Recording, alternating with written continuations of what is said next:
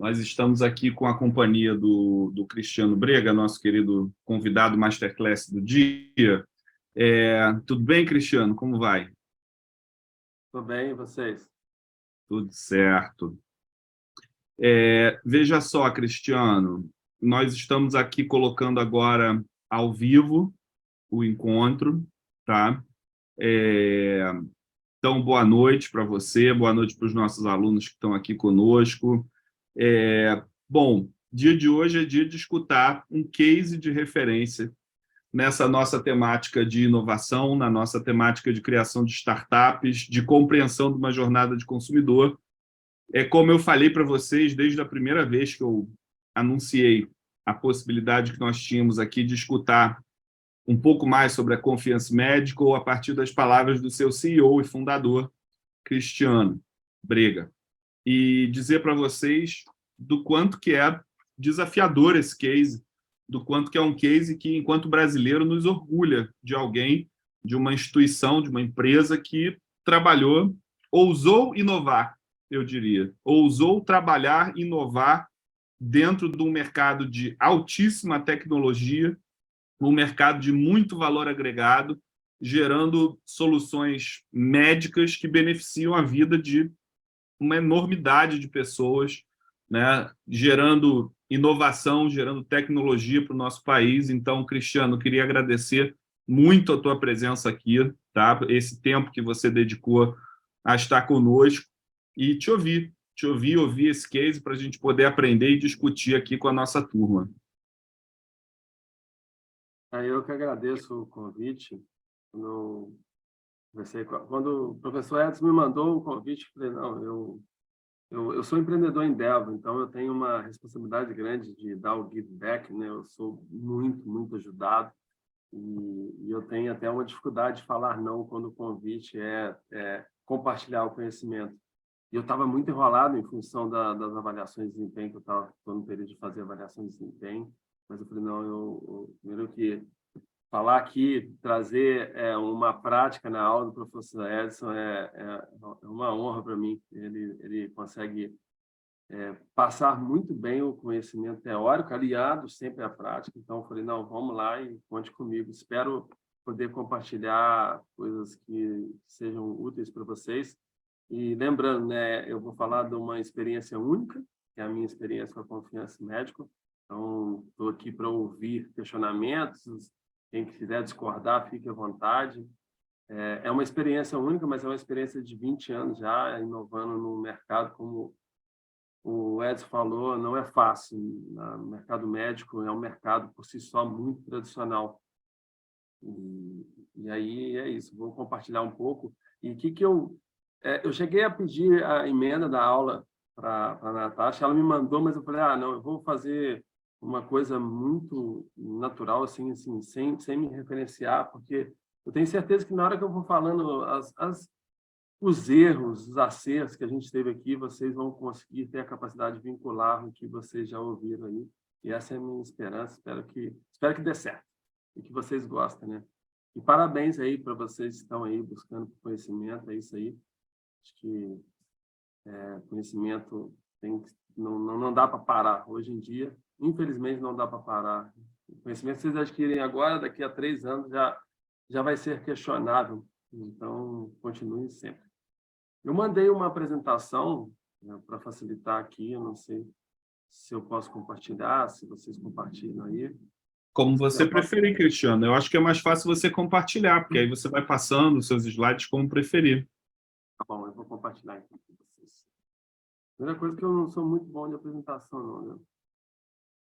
Fiz uma coisa bem simples aqui, mas acho que já dá para passar um pouco para vocês. Eu não tenho nenhuma apresentação que eu faça que eu não fale da minha pessoa. Não que eu seja um cara extraordinário, mas acho que é fundamental a gente sempre saber com quem está lidando. Então, eu sou o pai da Luísa, marido da Sara. Minha formação, sou formado em administração de empresas pela UFJF. Aí depois eu tive um gargalo um tempo sem estudar, e quando eu entrei para a Endeavor, viu a importância que era o estudo. A gente acha que funcionário público que tem que estudar, né? Mas empreendedor está lascado, tem que estudar direto. E aí eu fiz um MBA em finanças pelo IBMEC e um MBA em marketing pela FGV. E aí, em 2021, eu tive um contato com o Jorge do Copeage, não vou dizer, é chato falar, mas a infelicidade de encarar um curso de Data Science, porque falaram que era curso de Data Science para negócio, eu falei, porra, é isso que eu preciso, né?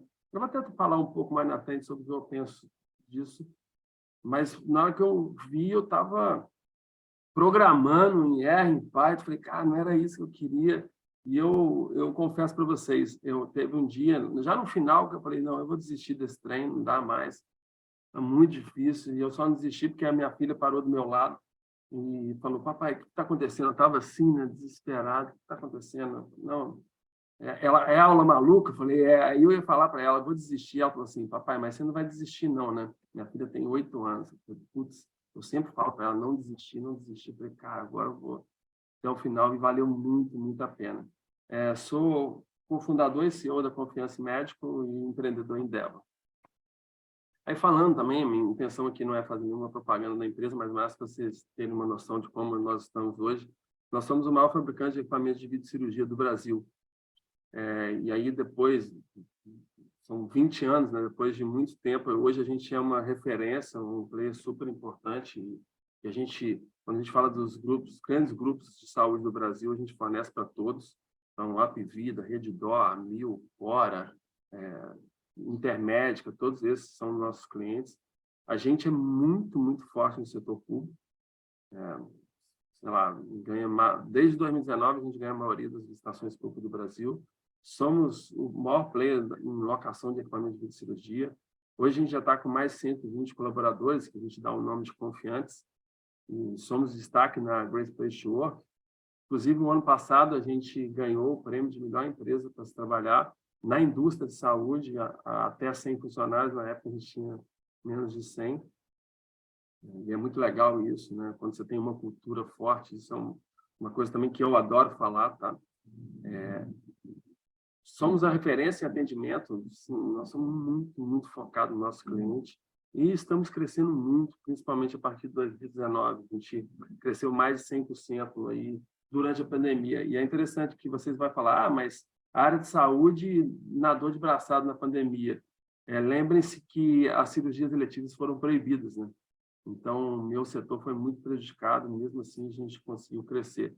A gente tem um propósito que é acabar com a cicatriz da cirurgia aberta, e é esse propósito que nos move lá. E aí, trouxe aqui eu não sei nem se o nome correto era histórico de inovação, tá, gente? Mas eu trouxe aqui algumas passagens que é para poder vocês entenderem assim, como é que funcionou, não o dia a dia, mas a história de inovação lá da Confiance, né? Então, nós começamos a empresa fazendo manutenção. A gente fazia manutenção em equipamentos de endoscopia digestiva. E aí, a primeira inovação que a gente teve foi pegar... o endoscópio, ele tem uma ponta que é muito sensível. A gente pegou uma espuma e dava aquilo de brinde para o cliente. E vocês falam, pô, mas que inovação ridícula. Mas, cara, era uma coisa que aproximava a gente do cliente. Uma coisa simples, mas só a gente tinha. E aí a gente ia pensando em diferença, como é que a gente consegue fazer diferente, sabe? E uma diferença que seja possível de entregar, né? Lembrando que o empreendedor, ele é muito isso. E quando eu falo empreendedor, não é só quem tem empresa não, tá, gente? Às vezes você pode ser empreendedor trabalhando para os outros, mas cara, eu tenho uma dor e as outras pessoas ficam pensando naquela dor e a gente fala, como é que eu resolvo essa dor, tá? E aí, depois de um tempo, a gente pegou uma distribuição de material descartável para a endoscopia e a gente começou a fazer um clube. Você usava o nosso material e a gente dava desconto na manutenção, que manutenção em endoscopia é cara. E ali a gente comprava equipamento para emprestar para o médico, enquanto dele estava em manutenção. Então, assim, era tudo coisa que o mercado não fazia. E a gente queria fazer um negócio diferente. E só lembrando, fundamos a empresa eu, Guarani e Fernando, com R$500 investindo cada um, ninguém vindo de família rica, assim, na raça mesmo. Aí, depois, em 2006, o Fernando, já com a companhia do Bruno, que é outro sócio também hoje, começou como estagiário nosso, começou a falar, eu sou capaz de desenvolver uma fonte. halógena, que é um produto que é utilizado para iluminar a cavidade interna. Você imagina quando você põe endoscópio, está tudo escuro lá dentro. E a gente começou esse processo de desenvolver e achando que a gente ia arrebentar a boca do balão, né? Eu lembro que eu cheguei em Juiz de Fora, falei, pai, agora a gente vai fabricar. Aí ele, é mesmo, meu filho? E ele já estava doido para voltar para Juiz de Fora, mas ele perguntou assim, quem são os seus concorrentes? Eu falei, tem a Strike. A Strike, o ano passado, faturou em torno de 16 bilhões de dólares no ano.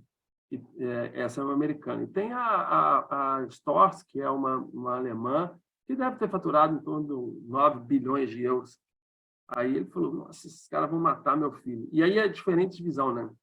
Meu pai achava que ele ia matar e eu falava, a gente vai ficar muito bem.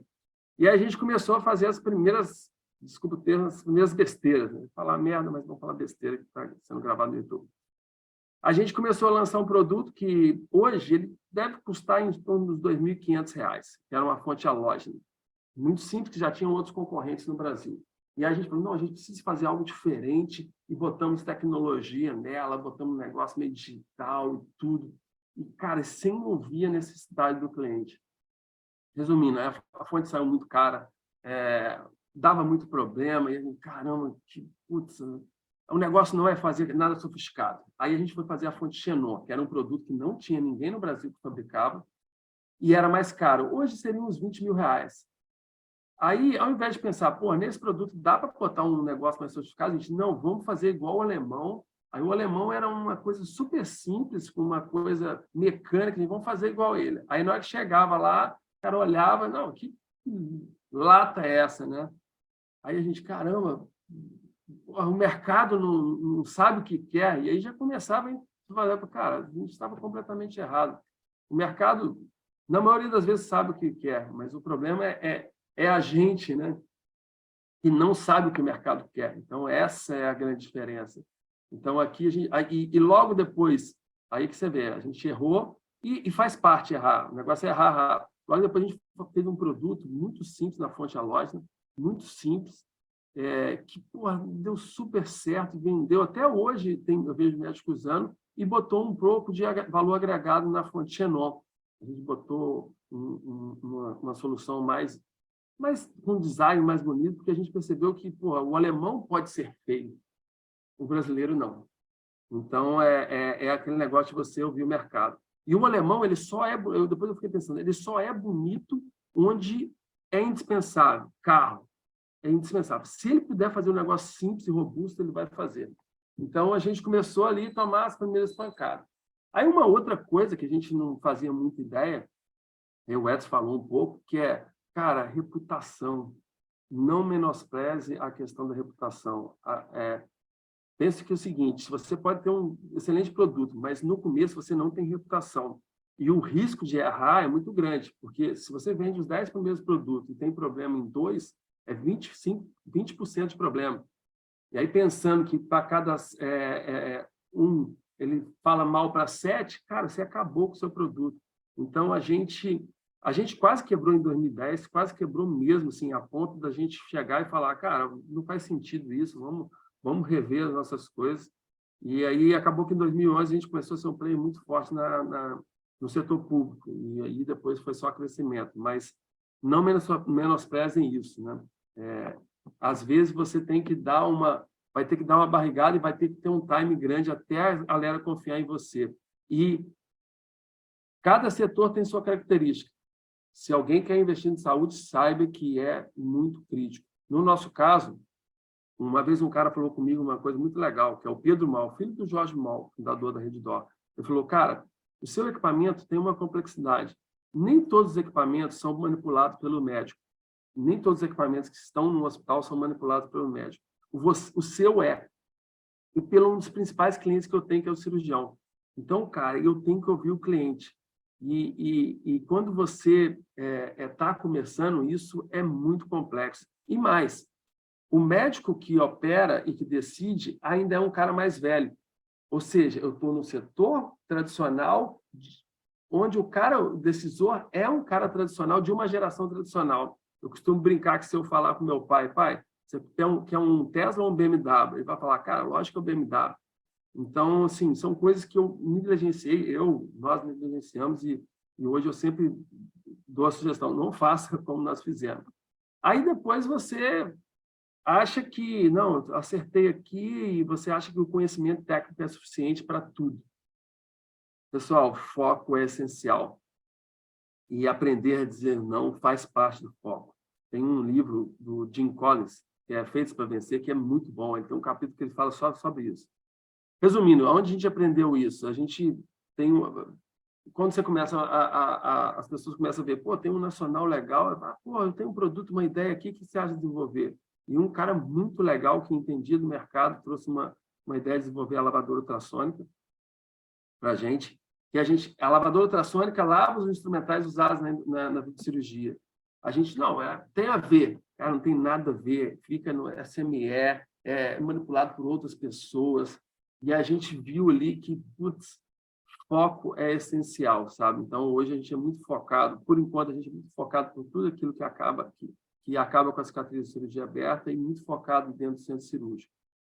Aí, depois, a gente começa, em 2016, começa a olhar com mais atenção para a locação, porque a gente percebeu que era importante eu dar alternativa para o meu cliente, seja na venda ou locação. Então, mais uma vez, eu não estou falando de produto, tá, gente? Lembre-se, assim, eu sou meio repetitivo, mas não é só produto que tem inovação. Tá? A modo de fazer faz toda a diferença. E aí, em 2019, a gente já estava com um patamar assim, mais relevante, a gente, não, vamos criar um departamento de P&D. E aí a gente tem uma dificuldade absurda de aceitar que a vida não é feita só de bala de prata. Por que eu quero dizer isso? Porque quando você está começando, você fica com aquele negócio, não posso errar, não posso errar. Só que o medo de não errar faz com que você tenha a chance de acertar.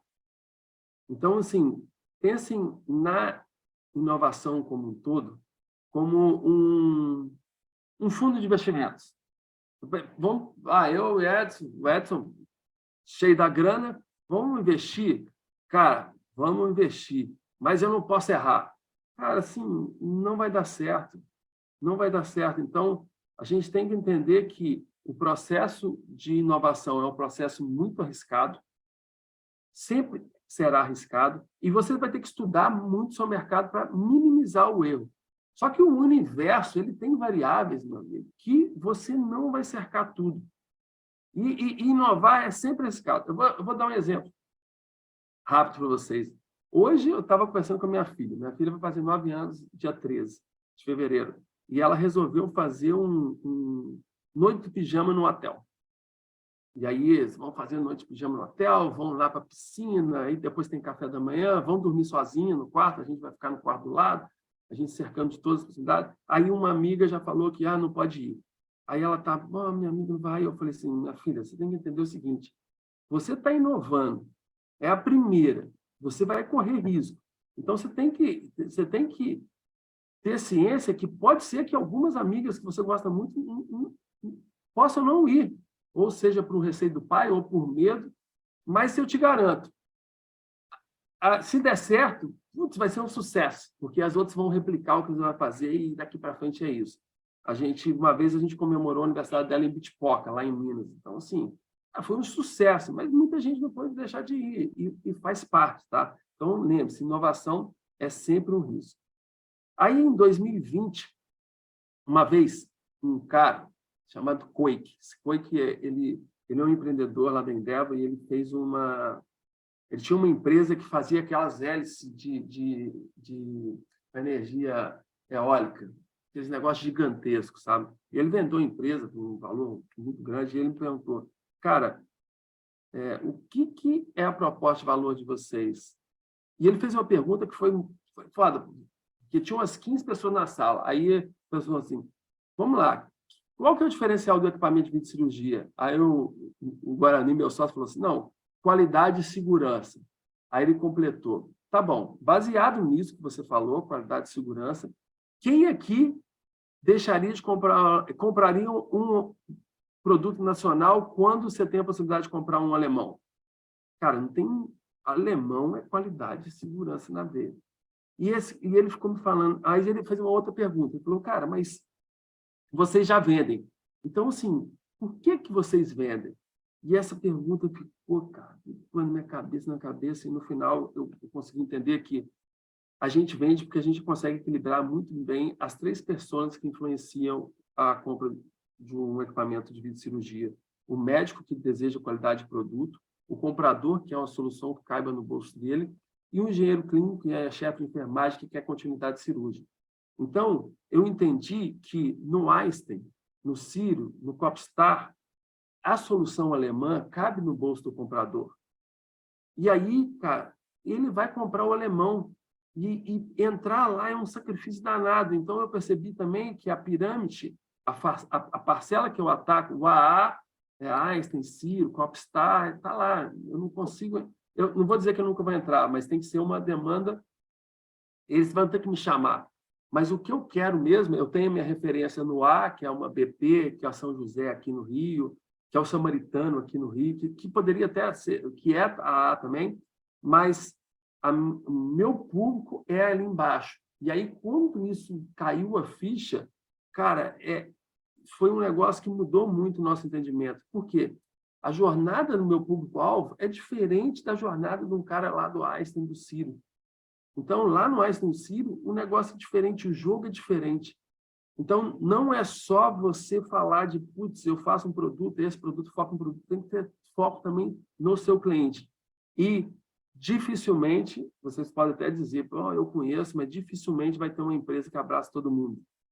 Uma vez eu fui num evento da Endeavor e o fundador do Café a Três Corações, o Pedro Lima, se eu não me engano o nome dele, ele falou, cara, quando você quer abraçar 4, 5, o abraço fica frouxo, você não aperta ninguém. Quer abraçar, cara? Pega 2.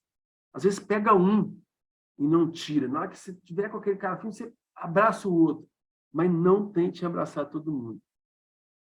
Aí chegou em 2021, a gente já com o setor de P&D rodando, a gente falou, nós precisamos ir além da videocirurgia, né? Videolaparoscopia.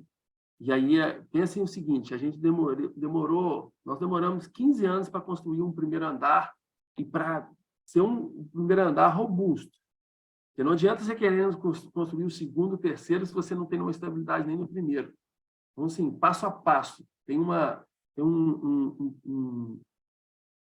documento da Bain Company falando sobre o passo a passo, né? Step by step mesmo, comparando a Reebok com a Nike. É muito legal, falando da jornada na Nike. Cara, fortalece aqui, depois você vai para o outro. E aí, depois de muito tempo, a gente viu, pô, já dá para construir o segundo andar.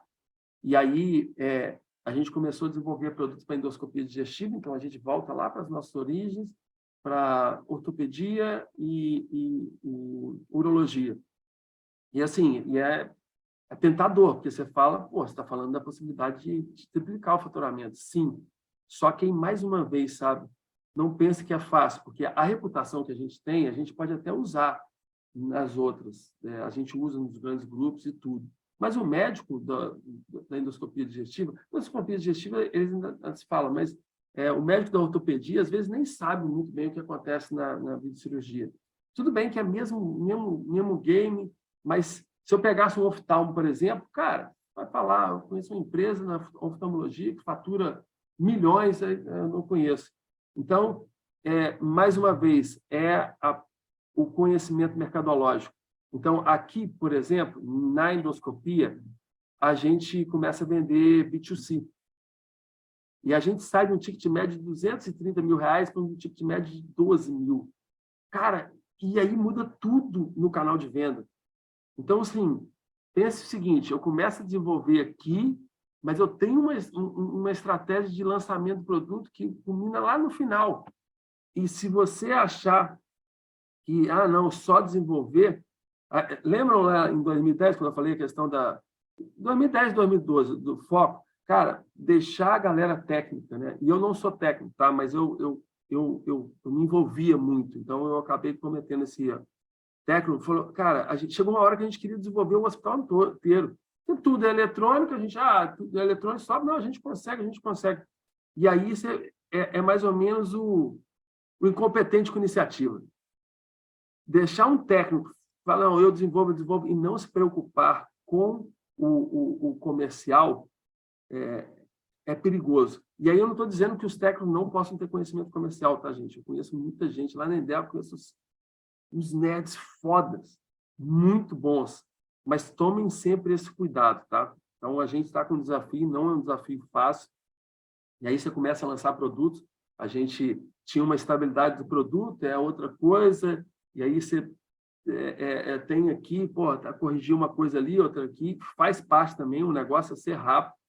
Então, o produto perfeito, cara, não existe esse negócio de, não, vamos esperar para lançar o produto perfeito, tem que ter correção na rota. No nosso caso, é muito mais crítico, né, porque é produtos para a saúde, então a gente tem um estudo, uma fase de estudo, de teste muito grande para depois ir, mas mesmo assim a gente tem ciência que o produto perfeito ele vai melhorando com o tempo, tá? Então,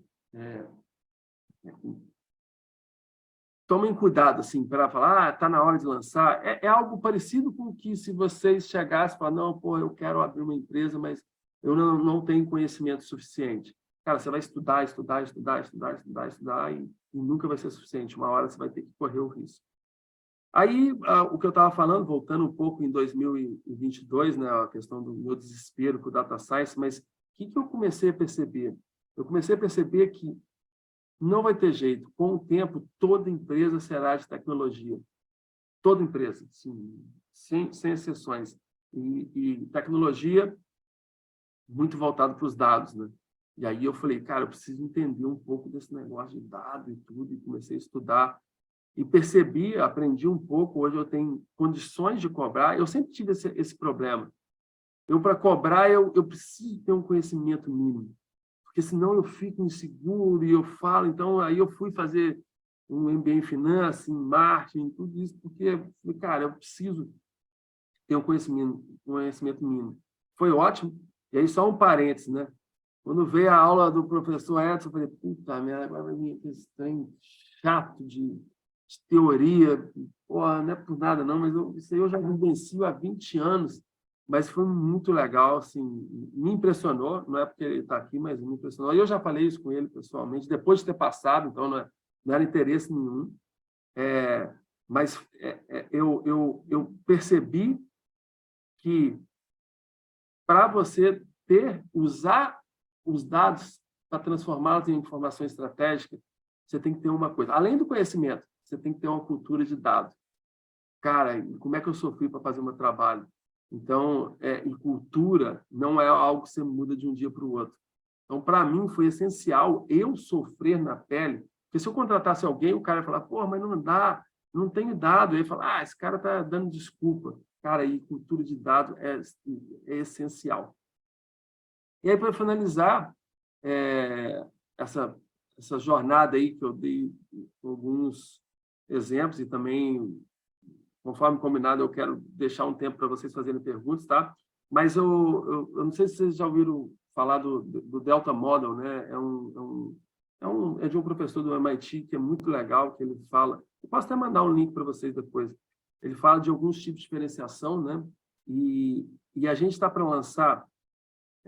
aí a gente começou a ouvir os clientes e tem um determinado produto que eu confesso para vocês, eu nunca vi uma dor tão latente, tão uniforme como eu tinha visto. Eu falei, cara, putz, se a gente conseguir lançar esse produto e essa forma diferente de fazer, a gente vai ter o que eles chamam lá no Delta Mod de lock-in do sistema.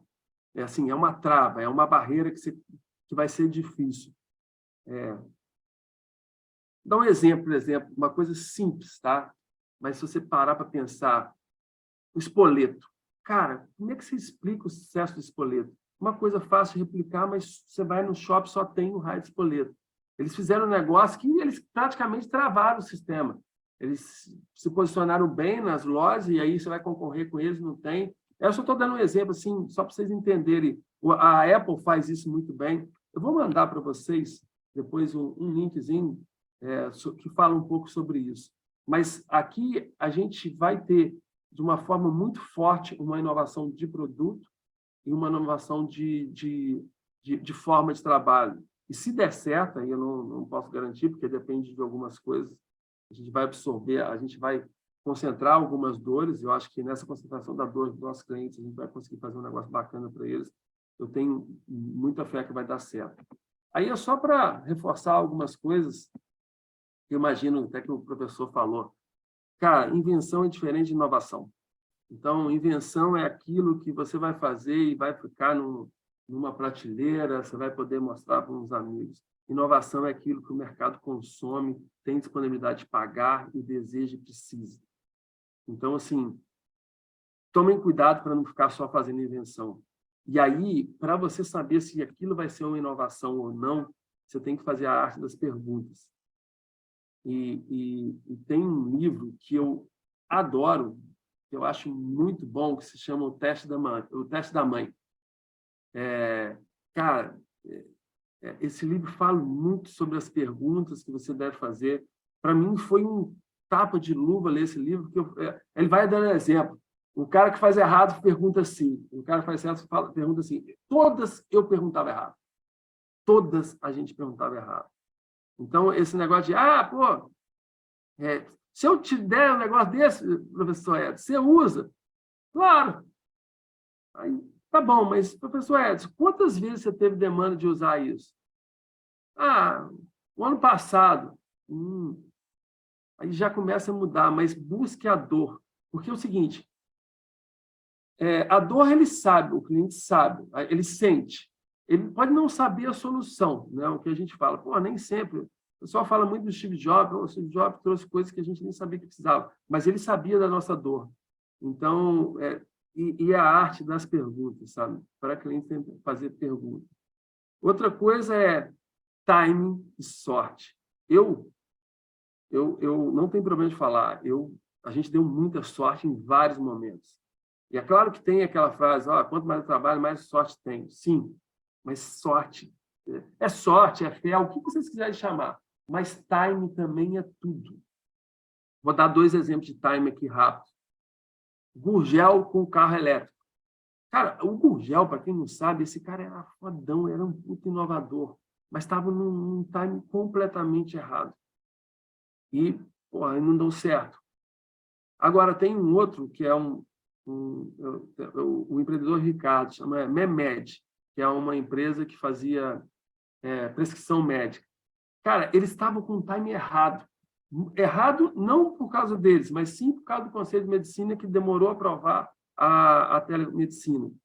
E aí, quando eles estavam quase quebrando, assim, no perrengue, veio um negócio chamado pandemia, aí teve que liberar a telemedicina e, sei lá, um ano e pouco depois, eles fecharam uma rodada com DASA de 300 milhões. Então, assim, ele quase foi pego pelo time. Talvez, se não tivesse vindo a pandemia, ele fosse quebrar, ia vir um outro depois e conseguiria, assim que a lei autorizasse. Porque, às vezes, a gente conta com algumas coisas, cara, era lógico que a telemedicina é importante, mas você vai contar que existe um tradicionalismo, CRM, etc., e eu não quero nem entrar no mérito disso, mas time é fogo. E por que eu falo sorte? Porque eles também, sem tirar o mérito deles, e eles são bons pra caramba, trabalharam pra caramba, tiveram sorte também, né? Aí eu vou ser repetitivo, inovação não é só produto. Inovação não é só produto, acreditem nisso. A Stryker fatura 16 bilhões de dólares. É uma estimativa, porque eu analiso as ações deles lá nos Estados Unidos. Eles estavam investindo 7% em P&D. Ele é o meu concorrente direto. Agora, você imagine, se eu não for criativo e pensar em soluções voltadas para o cliente brasileiro, como é que eu encaro um cara que investiu mais de $1 bilhão em P&D, somente em P&D? Então, assim, pensa, eu falo isso, talvez se vocês trabalharem em multinacional, não vai servir muito, mas eu falo isso para aquele que está começando, que está empreendendo. Cara, não foquem só no produto. O produto é essencial, tá, gente? E lembre-se, nada resiste a um produto ruim, nada resiste a um serviço ruim. Mas pensem sempre numa maneira diferente de fazer. E eu gosto também de sempre pensar simples. E assim, e não é simples, de simplicidade, mas é a maneira mais simples de atender uma demanda, uma dor. E é interessante, para mim, as soluções mais geniais são aquelas que você olha e fala, putz, por que eu não pensei nesse negócio antes? Que ela estava na minha cara, é o óbvio. Inclusive, tem um livrinho que é muito legal, um livro que você lê em 1 hora, chama Adams Óbvio. É muito legal esse livro. Depois eu compartilho com vocês também. E, como diria Leonardo da Vinci, a simplicidade é o último grau de sofisticação. Então, não sei se eu fui muito rápido, não sei se foi legal. Estou aqui para responder as perguntas, mas essa era a mensagem rápida que eu queria passar para vocês. E lembre-se sempre, assim, é a minha experiência e muitas vezes eu estou errado e fique à vontade de questionar, perguntar. E é isso. Boa, obrigado, Cristiano. Parabéns. Muito boa. Muito bem. E aí, pessoal, temos perguntas, comentários? Quem é que deseja? Eline, você? Cristiano, boa noite. Foi muito legal. Você é bem tranquilo para falar, né? Aí deixa a gente também numa tranquilidade, que é bom para a gente ouvir. Eu não sei se você comentou isso bem no iniciozinho e eu não peguei, né? Mas esse seu interesse por equipamentos, especificamente equipamentos de cirurgia, né, com menos invasiva possível, foi por que esse interesse por esse tipo de segmento? O que aconteceu? Você tem alguém da família que é de medicina? Aconteceu alguma coisa? Como é que foi ir para esse caminho? Eu vou falar rápido. Eu me formei, eu tinha 21 anos, e aí eu tinha um amigo meu que trabalhava com material médico, material de teste da urease, e ele começou a vender uns equipamentos para endoscopia digestiva, e eu vim trabalhar aqui no Rio, e aí eu comecei a incomodar os concorrentes, aí um concorrente me chamou para trabalhar com ele. E aí o Guarani, que é o meu sócio, ele estava trabalhando com uma pessoa, né? E a gente foi trabalhar junto, aí chamou o Fernando, foi montar uma coisa de assistência técnica, chamou o Fernando, e nós três depois, questões de opiniões conflitantes da dele, né? A gente saiu os três para montar a nossa empresa. E aí era isso, a gente já fazia manutenção nos equipamentos, mas o diferencial não era fazer manutenção muitos faziam. A loucura mesmo, e hoje eu não tenho problema de falar nenhuma, se eu soubesse a dificuldade que eu teria, eu nem sei se eu... Porque é o seguinte, depois você está no meio da jornada, né? Porque eu costumo dizer, o grande desafio do empreendedor é fazer com que as pessoas sonhem o seu sonho. E aí, depois que o pessoal vem para confiar em você, fala, cara, tem que ir até o final. Pense o seguinte, você está indo lá para Cabo Frio na véspera do carnaval. Chegou, não está legal, vou dar ré. Não tem jeito, entendeu? E aí a gente foi. Tudo engarrafado, não tem como voltar, né? Exatamente. E aí a gente foi e o que eu posso dizer é o seguinte, eu não imaginava, quando a gente começou, que a gente fosse chegar onde a gente chegou, nem desenvolver os equipamentos que a gente desenvolvia. Mas foi uma coisa muito aos poucos e natural, sabe? Mas a gente desenvolve equipamento porque a gente fazia manutenção dos equipamentos. Olha, muito legal mesmo, porque assim, é uma inovação muito benéfica para a humanidade, né? Assim, a gente está falando aqui de tecnologia e tal, mas é muito benéfica para a humanidade. E como você disse, você lida com um grupo de pessoas que é de outra geração e que é mais ligado ao convencional. No outro dia eu estava vendo um programa, não sei se vocês conhecem aquele Quilos Mortais, né? E eu estava até comentando com uma pessoa, como aquele senhorzinho, que é um médico bem senhor, sabe, que faz esse programa. Ele faz cirurgia com equipamento robô. E eu achei um barato, porque eu disse, com certeza esse cara aprendeu da forma convencional, mas ele não se deixou intimidar, aprendeu a mexer na maquininha para operar os pacientes dele. Então, assim, e eu já conheci uma menina que fez cirurgia assim, né? E ela disse, no outro dia eu já estava trabalhando, porque realmente é muito pouco invasiva, né? E assim, a inovação que a gente trouxe, ela não é disruptiva, já existiam outros players. O nosso grande mérito foi sempre pensar numa forma de democratizar isso. Então, eu pensava, cara, putz, eu tenho que, de alguma forma, dar acesso, e aí eu sou preocupado em ter um produto bom, seguro, confiável e com um valor menor para poder dar acesso a mais gente. Entendeu? Então, eu acho que a democratização da videocirurgia, a gente tem um mérito muito legal nisso. E é legal, tá? E acreditem, quando você trabalha por um propósito, cara, você convencer as pessoas a darem o a mais é mais fácil. Eu sou muito suspeito de falar de trabalhar na área de saúde, sabe? Eu sou muito empolgado com essa questão. A gente tem o nosso sonho grande, que é acabar com as cicatrizes de cirurgia aberta. A gente criou uma metodologia para saber qual foi o legado que a gente já deixou para a sociedade. Então, o tamanho da cicatriz que a gente já evitou 300 quilômetros de cicatriz. Então, e a galera super compra essa nossa coisa. E uma história muito rápida, mas o ano passado eu participei de uma expedição e a gente foi lá na Amazônia operar algumas comunidades indígenas a 30 quilômetros da Colômbia, para vocês terem uma noção. Um lugar mais precário e a gente levando lá a tecnologia para o pessoal sair. E aí, para isso, no dia seguinte, eles já estarem lá, podendo trabalhar. No dia seguinte, não, né? Mas depois o trabalho deles é muito braçal, né? Então, mas depois de um tempo já... E é engraçado, eles ficavam na rede até no pós-operatório. Tá? Já faz parte da cultura deles, né? Eles vão Exatamente. Mas é muito legal. E essa democratização também é aquilo. As pessoas compram também com propósito. Depois que tem uma responsabilidade com a comunidade em si, né? As pessoas que são mais engajadas com essa responsabilidade social compram a ideia também, né? E a gente vê que está todo mundo muito voltado, né? É uma tendência que eu acho que não é uma tendência que vai passar, vai ficar, né? Das pessoas se comprometerem também com esse ciclo, né? Trabalhar com empresas responsáveis, com empresas que têm essa responsabilidade social, ambiental, etc.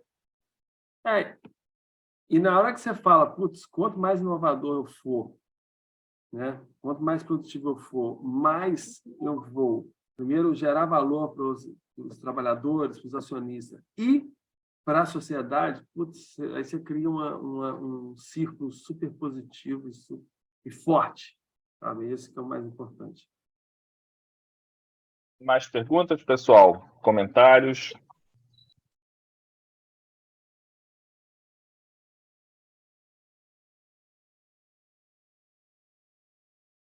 Eu tenho uma aqui, Cristiano, eu queria te perguntar o seguinte, né? Porque o grande tema do nosso curso, o curso como um todo, é experiência do consumidor, experiência do funcionário. Você mencionou apenas brevemente a importância que você dá para o lado interno à corporação, né? Para os confiantes, como você chama, não é isso?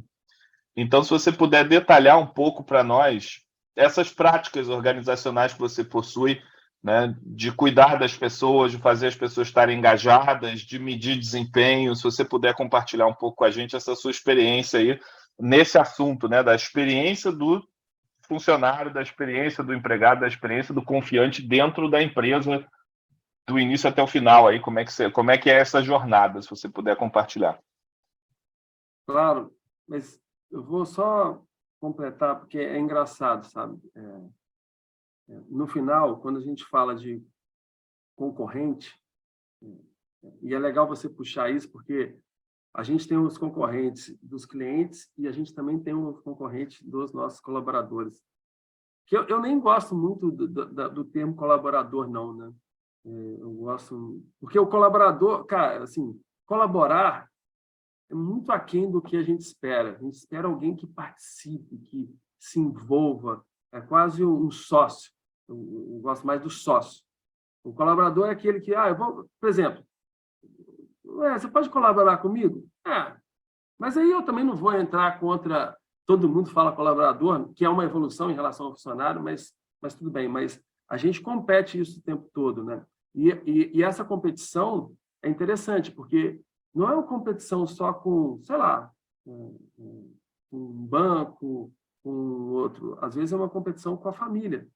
Então, a gente tem lá, né, algumas mães. Cara, você imagina, a pessoa acabou de... A mulher acabou de ser mãe, ou o pai também, e deixar o filho para poder trabalhar, eu falo, cara, eu tenho que dar o melhor ambiente possível, porque, cara, eu estou competindo com o filho dela. Então, tem que ser algo muito legal, porque, cara, ela está deixando de ficar com o filho para vir aqui. Tudo bem, às vezes é uma necessidade, mas beleza, para mim, ela tá deixando de ficar com o filho dela. Então, a gente vai pensar em soluções aí para deixar o ambiente mais leve. E também aqui a gente fala de coisas, às vezes soluções criativas, sabe? No final, se você me perguntasse, cara, qual que é o que vocês têm um NPS tão alto e o ENPS tão alto? Você tem uma noção, Edson? O nosso ENPS em 2023 foi 90,1. Assim, a gente está muito próximo da zona de encantamento. E aí, você falar... O nosso NPS também é muito alto, 87. Mas qual que é o segredo? Para mim, o segredo é a empatia, sabe? É claro que eu vou errar, tá? Mas eu sempre falo, cara, e se eu estivesse no lugar lá daquele confiante? O que eu gostaria que fizesse? E, no final, o que a gente gostaria que fizesse é tratar a gente como pessoas, né? Com o coração, não como uma cabeça. Porque é o seguinte, você fala assim, vamos cortar as cabeças. Até esse termo existe, né? Passou lá e cortou a cabeça, passou a foice. Cara, não... E eu não estou dizendo que a gente não tem que mandar embora quando precisar, quando não performar. Eu sempre tenho dificuldade para mandar embora. Mas, cara, às vezes você vê que a pessoa tá perdendo o tempo dela. É a coisa mais valiosa que ela tem. Porra, vamos conversar, vamos dar uma chance, mas também, se não der certo, vamos cortar. Na pandemia, a gente cortou. Então, e foi muito interessante, Edson, porque a gente cortou, a gente foi transparente, a gente falou que cortou, e eu cortei com muita dor, porque uma coisa é você cortar alguém que não está produzindo, outra coisa é você cortar alguém por uma necessidade, alguém que vivenciava o nosso sonho e vivia a nossa cultura. E o nosso ENPS aumentou depois disso. Então, mostra que não importa o que você faz, e sim como você faz. Então, tratar as pessoas com carinho, e não olhar só para uma carteira, eu acho que é a grande diferença. E aí, se você perguntar, o que a gente tem de diferente? A gente tem... Vou dar um exemplo. Eu estava tendo um debate com uma amiga minha que é socialista, e ela falou, esse capitalismo é tudo igual. Eu falei, cara, eu sou capitalista, mas o capitalismo consciente, sabe? E eu entendo as pessoas que têm raiva do capitalismo, porque o que a gente vê na televisão é só capitalismo predatório. Esse eu também não curto, tá, gente? Mas o capitalismo consciente eu sou super a favor. E ela falou, não, mas você sempre olha o bolso de vocês. Quando veio a pandemia, a gente é fábrica e a gente não podia parar. A gente pagou o Uber para a galera trabalhar por 1 ano e meio.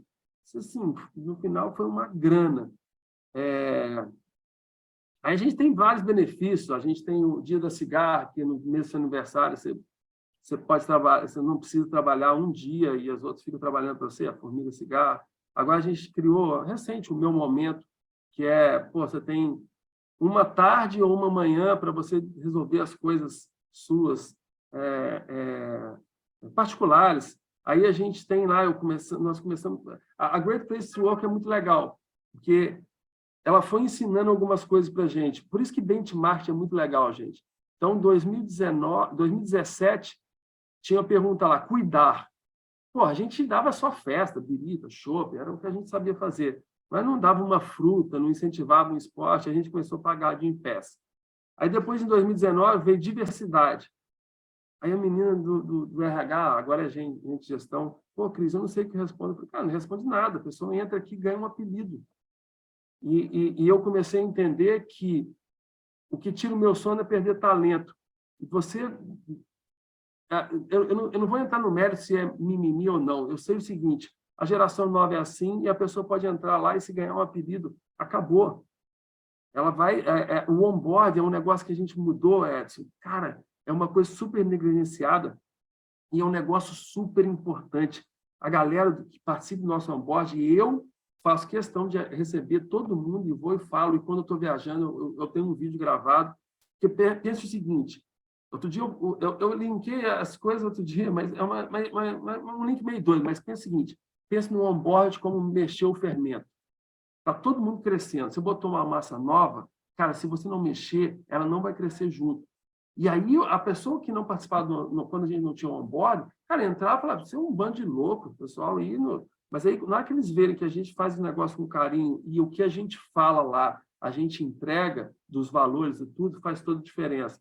Aí a gente tem o Psicologia Viva, que é aí depois também eu comecei a ver que, cara, a saúde mental era tão ou mais importante que a saúde física. A gente deu um benefício para a psicologia. Aí, outro dia, eu descobri que uma moça que trabalha lá com a gente em São Paulo não foi porque as filhas dela estavam... E a Psicologia Viva é só para os funcionários. Paga um valor menor, mas paga. Estavam com problemas psicológicos. E eu falei, cara, putz, vamos subsidiar. E eu que sempre fui liberal, mas não, para a galera que ganha menos, a gente vai pagar também para os filhos. Aí tem outras coisas lá que a gente faz, mas sempre, assim, volto a dizer, Edson, é muito interessante, sempre ouvindo a dor do confiante. Às vezes me fala uma dor. Outro dia, a moça me deu um feedback, foi foda. Falou, pô, eu vi que o fulano ganha um ticket de alimentação, uma bolsa de estudo muito maior que eu. Cara, a minha fome é a mesma que a dele, minha vontade de aprender é a mesma que a dele. Cara, Edson, eu falei, putz, grila. Aí, só que eu não consigo corrigir isso de uma hora para outra. E eu fui, aí a gente fez um reajuste, mas eu reajustei a galera que ganha menos mais. E falei com ela e falei para todo mundo, olha, não dá para a gente fazer um estalo. A sustentabilidade é um dos nossos valores. Não dá para querer dar tudo para todo mundo o tempo todo. Não dá. Mas dá para corrigir aos poucos. E aí, o mais legal, que ela ganhou, aí a bolsa dela aumentou bem. Aí ela falou um negócio comigo que eu fico até arrepiado. Ela falou assim, Cristiano, você sempre fala da gente sonhar os nossos sonhos, mas eu queria te falar agora que você está permitindo realizar um sonho de fazer uma faculdade. Então, assim, são essas coisas que, no final, eu tenho o seguinte palavra. Eu vejo muita gente falar, eu quero empreender porque eu não sei o quê, eu quero empreender. Aí eu vejo, eu quero aprender porque eu não aguento ter chefe. Eu falei, cara, quem não gosta de chefe é que nunca teve um funcionário. Putz, é duro. Lidar com gente é danado. O trem difícil, cara. Mas eu vou te falar também, é o que me move, sabe? Você ouvir uns relatos desse é o que realmente move. Você vê que eu realmente acredito que para ser bom tem que ser bom para todo mundo. Tem que ser bom para os nossos clientes, tem que ser bom para mim. Claro que para mim vai ser mais... tem que ser mais pelo risco que eu tenho, por todo o risco que eu venci, mas tem que ser bom para todo mundo, entendeu? Esse negócio de ficar querendo ser só um olhar, eu acho que tem os dias contados, sabe? Eu não sei te precisar quando a gente estava falando de timing, mas eu não consigo ver um futuro numa empresa onde o patrão, sei lá, o chefe, o termo que querem usar, não se preocupa com os colaboradores e não trata com respeito os colaboradores. E nem os clientes. Por isso que é muito legal, realmente, se você falar da jornada do consumidor e da jornada dos colaboradores também, ou sócios, como eu mencionei. Né?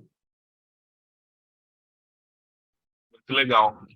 Mais perguntas, pessoal, comentários. Vamos aproveitar, temos mais 6 minutinhos aí do Cristiano, é a última chance. Hein? Cristiano, só uma dúvida. Quantos colaboradores hoje você tem? Hoje, com os sócios estagiários, eu acho que é uns 120 e poucos. Ou 119, de cabeça, não sei não. Legal, obrigada. De nada. E assim... E aí, gente? Diga. Só um comentário, desculpa, mas é muito interessante. Quando eu falei do onboarding, a gente cresceu muito, né? Então, outro dia eu fiz até um gráfico onde mostrava o número de funcionários que entrou em 2002 e alguns que já estão desde 2005, etc. Mas a maioria dos funcionários entraram nos últimos 2 anos. E a gente começou a mudar nosso onboarding em 2020. E ainda bem que a gente fez isso, porque se a gente não tivesse feito essa mudança no onboarding, talvez a gente não conseguisse manter a cultura que a gente tem. E cultura, gente, assim, acreditem. Eu já escrevi uns 2 artigos da Endeavor falando sobre cultura. Para mim, cultura é o maior diferencial que uma empresa pode ter. mais do que os produtos, sabe? Porque se você tiver uma cultura inovadora, você vai criar produto bom. Então, se você pegar dinheiro e achar que só dinheiro vai ter inovação, cara, não adianta, entendeu?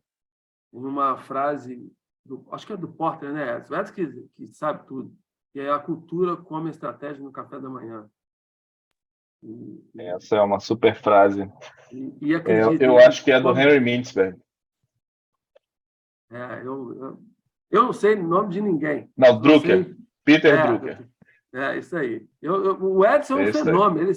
Ele fala o nome do livro, fala o nome do autor, eu não sei de nada. Não, esse aí é o Adriano, você está me confundindo. Tem um professor lá de inovação que é o fera da literatura. Eu aprendo escutando vocês. Eu aprendo muito nessa área de inovação, nessa área de cultura, eu aprendo muito escutando vocês, escutando meus alunos aqui também. Nessa turma tem muita gente que trabalha nessa área de sucesso do consumidor.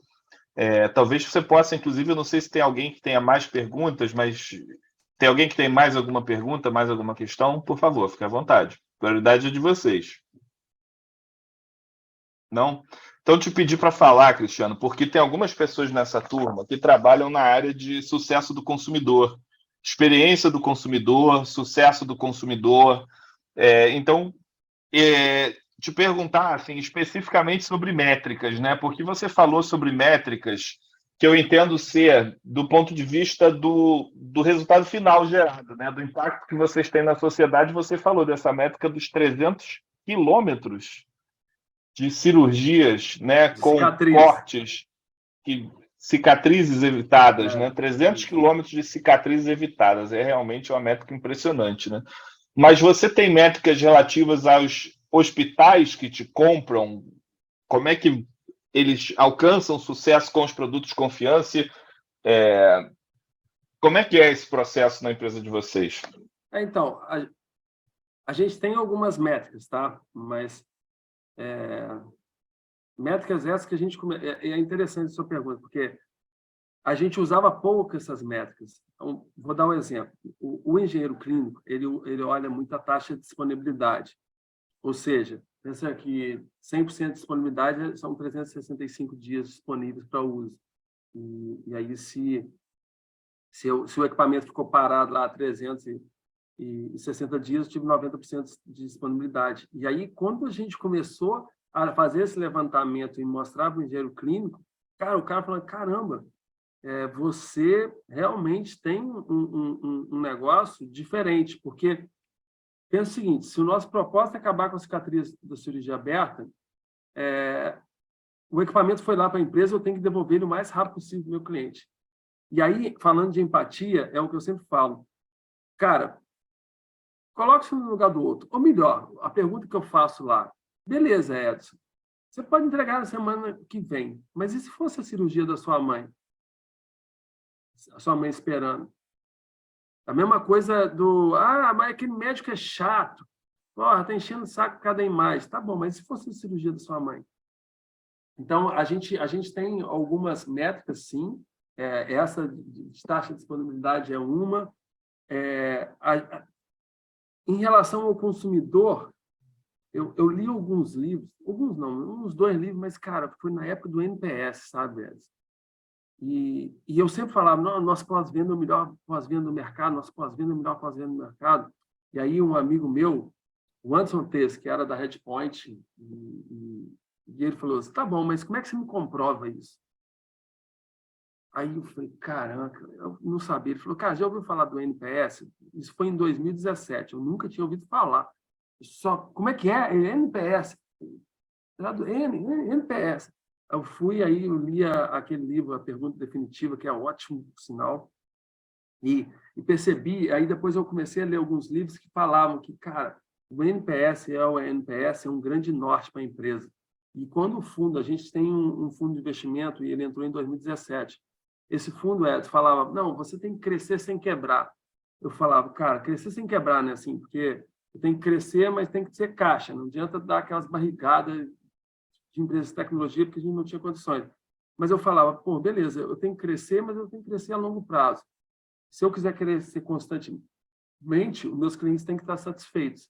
E aí eu sempre pensava, cara, eu vou crescer sem quebrar, mas o meu NPS tem que estar bom. Pra você ter uma noção, eu, o CEO, ligo para todos os detratores. Eu não consigo falar com todos, mas eu tento. Às vezes o cara nem me retorna, mas eu tento. E vou te falar que... Eu falo todos porque, sei lá, o ano passado a gente teve 900, mais ou menos umas 900 respostas do NPS, resposta mesmo, e foram 9 detratores. Então, não é... Mas aí é aquele negócio. Eu não tenho tempo. Cara, se eu não conseguir ter tempo para ouvir o detrator, aquele cara está falando mal, e às vezes... Não tem tempo para nada, está priorizando Exatamente. errado. É igual eu não tenho tempo para conversar, para dar feedback. Cara, eu mudei minha cabeça. E é por isso, realmente, você não tem tempo se você tiver mais de 8 liderados. E a literatura fala, o número é 8. Mais que 8, você não vai conseguir desenvolver os caras. Então, quando eu começava a ligar para o cliente, falar, e eu tive... Vou dar só um exemplo. Chegou para mim, a gente emprestou um equipamento para a engenheira e ela está reclamando. Aí eu liguei, eu falei, fulano, tal, queria saber se deu uma nota aqui e tal, meu intuito é melhorar. Aí ela falou, você me emprestou um equipamento quebrado? Eu falei, mas foi no transporte. Ela, mas a caixa de vocês é um lixo. Cara, eu desci na hora, cheguei lá, cara, a caixa de papelão era realmente muito fina.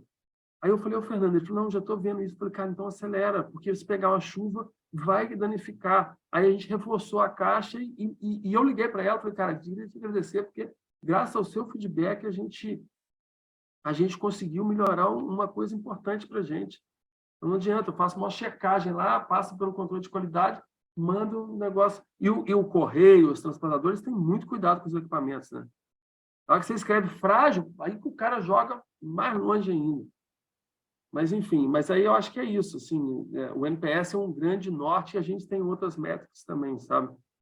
Mas tem duas coisas que a gente realmente olha com muito carinho, o NPS e o eNPS. O eNPS, para mim, é mais importante que a Great Place to Work. A Great Place to Work é um resultado, tudo bem, é um benchmark, mas eu vejo muita empresa falando, vamos ficar em primeiro para dar bonificação. Não, lá eu quero que você responda à realidade, porque realmente eu quero ganhar, mas mais importante ganhar é a gente ir melhorando, como eu falei aqui, preocupado com a saúde, com a diversidade, com a saúde mental. Cada ano é um trem que eles aparecem lá e aí a gente faz uma reflexão e volto a dizer, o interessante, teve um ano anterior, a gente ficou em terceiro lugar. O primeiro foi a Stryker, aquele fabricante americano. O segundo foi o distribuidor da Stores. E aí você fala, empresas muito grandes, que têm um faturamento muito maior que a gente. Mas dinheiro não é tudo. Dinheiro não é tudo. Então, é criatividade, é você poder saber que do outro lado ali tem uma pessoa, um pai de família, sonhos, enfim. Parece simples, Legal, mas não Cristiano. é não, tá, gente? Cristiano, então abrir para você, primeiro te agradecer muito aí pela sua masterclass. Para nós é um privilégio estar aqui te escutando, né? Você que é uma pessoa que conseguiu, né? Foi o que eu falei para os nossos alunos aqui. Você conseguiu correr um risco no mercado difícil, no mercado não usual, no mercado que enfrenta preconceito, né? Porque a expectativa do mercado não é encontrar uma empresa brasileira desenvolvendo tão alta tecnologia, né? E você está aí, conseguiu prosperar, a confiança médica conseguiu prosperar, criar cultura, né? Hoje de manhã eu estava lendo, eu sou assinante de uma newsletter que, não sei se você conhece, Cristiano, que mostra as internas do mercado de tecnologia dos Estados Unidos, chama Internal Tech Mails. Eles pegam todos esses processos dos Estados Unidos que acontecem, que liberam os e-mails trocados entre os CEOs de empresas e às vezes eles encontram assim pérolas e liberam. A de hoje, a última que foi, era sobre a estratégia de AR e VR do Facebook. Um e-mail de 2017 do Mark Zuckerberg contando sobre qual era a estratégia interna da empresa. Ele para os seus executivos contando da estratégia deles de AR/VR, né? E uma das coisas ali afirmadas era a importância de conseguir se consolidar como marca empregadora, porque justamente o sucesso de longo prazo da empresa dependia da capacidade de conseguir trazer pessoas melhores e manter nesse mercado de empresa de tecnologia, né? E a sua também é uma empresa de tecnologia, por isso está aí, né, gente? Esse contexto que Cristiano trouxe para nós, essa importância de conseguir manter pessoas, né? E criar uma cultura, né? Para conseguir inovar. Isso não é só por bondade, é porque isso é bom para os negócios também. Criar essa cultura também é bom para os negócios. Então, Cristiano, te agradecer muito pelo seu tempo e abrir para você dar suas considerações finais aí, o que você levou desse dia, dar um recado final aqui para a nossa turma. Esse é um negócio aqui.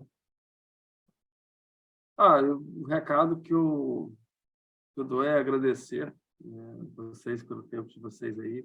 Espero que tenha feito sentido. Eu acho que o compartilhamento de conhecimento, cara, é sempre importante, porque, acreditem, toda vez que eu paro e dedico meu tempo para ensinar, eu aprendo. Então, não tem nenhuma mentoria que eu faço que eu não aprendo e tudo. E eu sou muito grato. Assim, tem um negócio, e eu adoro. Uma das coisas que eu tenho mais prazer na vida é pagar dívida. E essa dívida, porra, é muito bom, assim. Eu aprendi com o Edson. E aí, agora eu paguei uma dívida que eu tinha com ele. Foi ótimo. E eu tenho meu livrinho lá de débito e crédito. E para mim, é sempre um prazer retribuir um conhecimento que eu ganhei com a aula dele e com vocês. Passem para frente. O conhecimento que vocês têm também, não só o meu foi pequenininho. Eu espero que... Tem um cara que fala, né? Eu espero que tenha ficado aí nessa 1 hora que a gente está batendo um papo, tenha ficado pelo menos 1 minutinho que possa, de alguma forma, contribuir para a vida de vocês. E é isso. Beleza, Cristiano, muito obrigado. É um prazer, cara. Prazer te escutar, um prazer estar em contato. E espero que a gente possa colaborar muito mais aí para frente. Beleza. E quem Abraço, conhece cara. depois, Obrigado. só para finalizar, quem não conhece a Endeavor, vale a pena conhecer. Tem muito conteúdo legal lá. E acho que para vocês aí tem um conhecimento bacana. Beleza? Boa. Depois Obrigado. a gente fala se deu certo o aniversário da minha filha. Boa. Muito bom, muito bom. Valeu, Um abraço, Cristiano. gente. Grande abraço. Tchau. Boa noite. Boa